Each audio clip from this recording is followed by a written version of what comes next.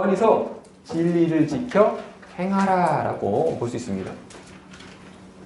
이아누스 에피톨레스 베타 요한의 서신 두 번째라고 하는 의미를 갖고 있고요. 첫 절입니다. 장로인 너는 택하심을 받은 부녀와 그의 자녀들에게 편지하노니 내가 참으로 사랑하는 자요 나뿐 아니라 진리를 아는 모든 자도 구하는 것은 이라고 합니다. 3서에서 자신이 장로라고 소개한 것처럼 마찬가지로 내가 장로로서 너에게 편지를 한다라고 소개합니다. 그리고 그 안에 있는 택함을 받은 부녀들 가요만 잘한 것이 아니라 그 가운데 잘하고 있는 그 자녀들에게 편지하며 내가 너희를 사랑하며 모든 자들이 진리 안에서 다 그러한 것을 알고 있다. 가이오뿐만 아니라 그 공동체가 알고 있다. 디오드레베처럼 그런 사람도 있었지만 잘하는 너희를 내가 알고 있다라고 합니다. 그러면서 그들의 모습을 칭찬하며 그 가운데 뭡니까?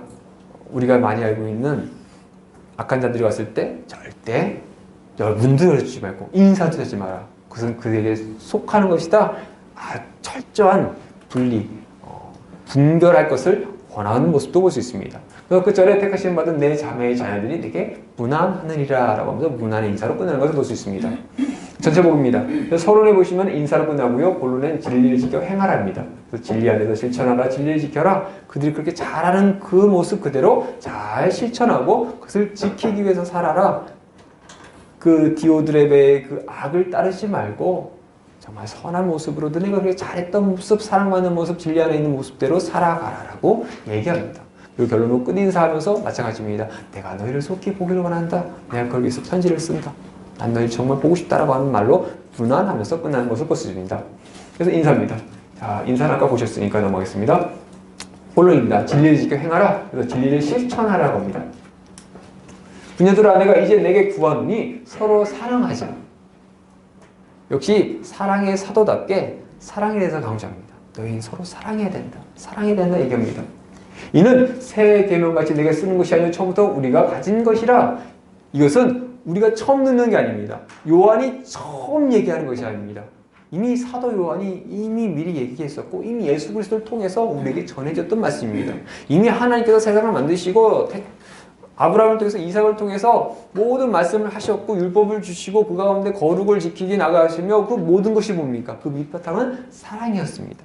아가서의 말씀처럼 서로 사랑하는 관계에 100% 모든 것을 바치면서 그 모습 작은 것까지도 아름다운 그 사랑의 관계로 살아가자는 겁니다. 이것이 우리가 이미 처음부터 가졌다는 겁니다. 처음부터. 태초에부터 우리는 이미 그렇게 하나님의 사랑을 받았고 우리도 하나님을 사랑하는 존재였다는 겁니다. 또 사랑은 이것이니 우리가 그 계명을 따라 행하는 것이요 계명은 이것이니 너희가 처음부터 들은 바와 같이 그 가운데 행하라 하심이라. 사랑하기 때문에 그 계명을 행할 수 있습니다. 사랑하기 때문에 그 계명을 지키고 싶습니다.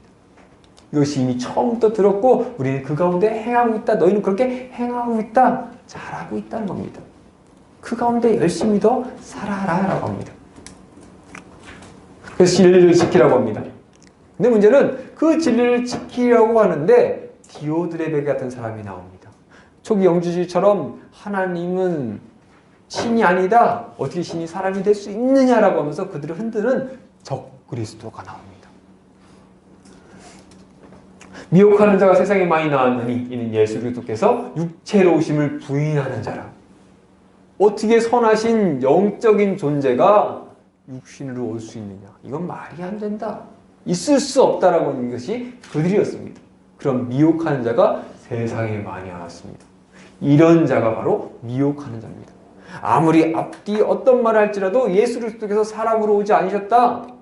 예수님이 신이 아니다. 예수님이 그냥 사람이다라고 하는 것 자체 그들이 바로 우리를 미혹하는 자, 우리를 하나님과 멀어지게 하는 자, 우리를 마귀의 자식으로 만드는 자라고 합니다.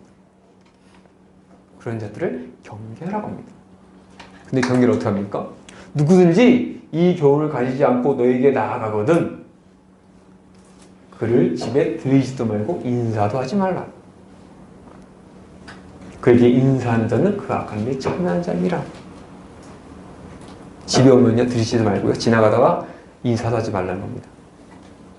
아예 상종하지 말라는 겁니다. 왜요? 같이 있다 보니까 옮을 수 있습니다. 미혹될 수 있습니다. 우리를 현혹할 수 있습니다. 아니 자신 있어가지고 어떤 100명이고 200명이고 그런 자를 나가지고 덤벼라 해가지고 1대 100으로 싸워서 이길 만한 자신이 있고 실력이 있고 정말 그만한 믿음이 있으면 싸울 수 있습니다. 하지만 듣다 보면 현혹될 수 있고요. 괜히 마음속에 의심 생길 수 있고요. 괜히 잘 진리 지키고 있는데 엉뚱한 길을 갈 수 있습니다. 그러지 말란 겁니다. 진리를 지키기 위해서라면 아예 상종하지 마라.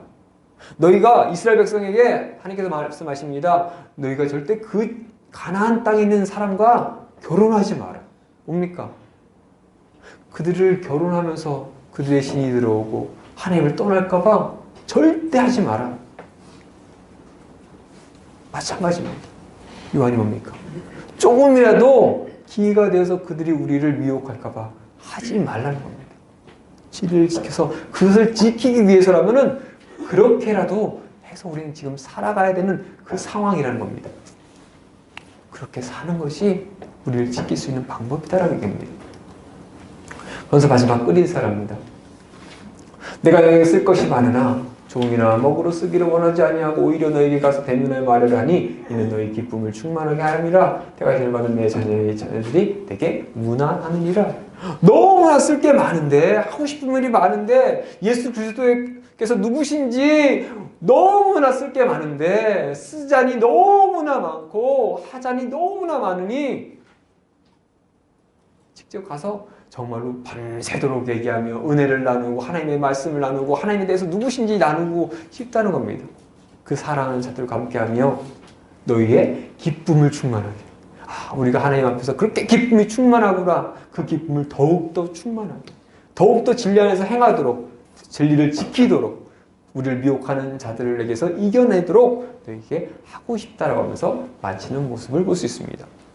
이렇게 가이오의 공동체를 칭찬하며 그들 가운데 그들을 미혹하는 자들 가운데 어떻게 살아가야 되는지에서 얘기를 합니다. 그러고 나서 또 하나의 서신을 전하게 됩니다. 이것은 가이오의 공동체를 위한 서신이 아니라 공동체뿐만 아니라 에베소와 그 지역 가이오의 주변의 모든 공동체들이 보며 과연 이 어려운 시대 가운데 어떻게 살아가야 될지 어떻게 그 이단들 우리를 미혹하는 자들 적 그리스도를 우리에게서 멀리 떠나서 우리가 하나님의 빛의 자료로 살아가야 될지 또한 앞으로 다가올 황제 숭배 지금 저기 로마에서 들리고 있는 그 우리를 향한 그리스도를 향한 그 핍박의 소식을 어떻게 이겨내야 될지에 대해서 설명하는 그거에 대한 서신을 쓰게 되는데 그것이 바로 요한 1서입니다.